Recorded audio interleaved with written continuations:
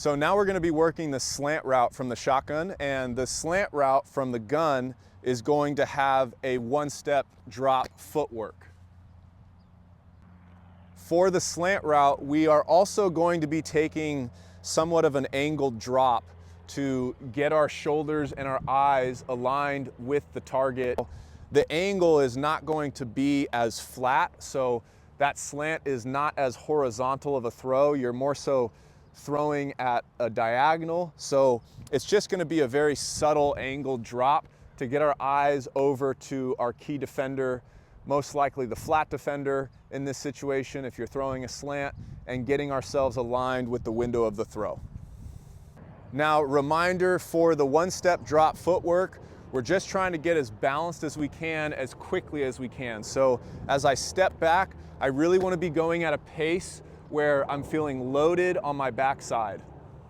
Now, the slant route is another quick game throw.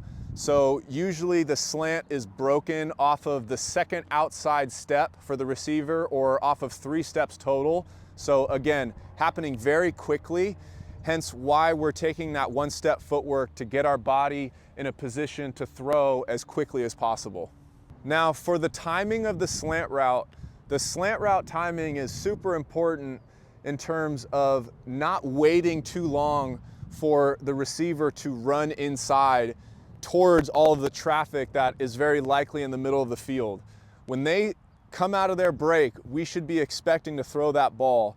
I wouldn't say that you're waiting for that window to be any further inside than where your tackle is pass setting, or else we're getting into a really gray area of waiting too long for that slant to get into traffic and potentially get hit pretty hard by some defenders that are sinking into their zone.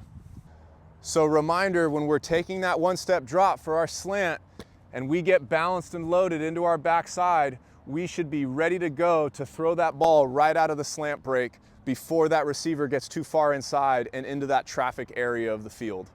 The last thing with the slant route is the angle at which the receiver breaks their route could vary in terms of how flat across the field or how skinny and up the field your coach wants it. For this specific slant, we're going to keep it pretty flat and across the field. So we're not necessarily trying to lead the receiver up the field.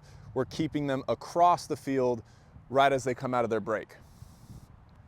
Here we go. So I'm taking that one-step angled drop and making sure that I'm not waiting too long for the receiver to get across the field. I want to try to throw this ball as soon as I can out of the receiver's break.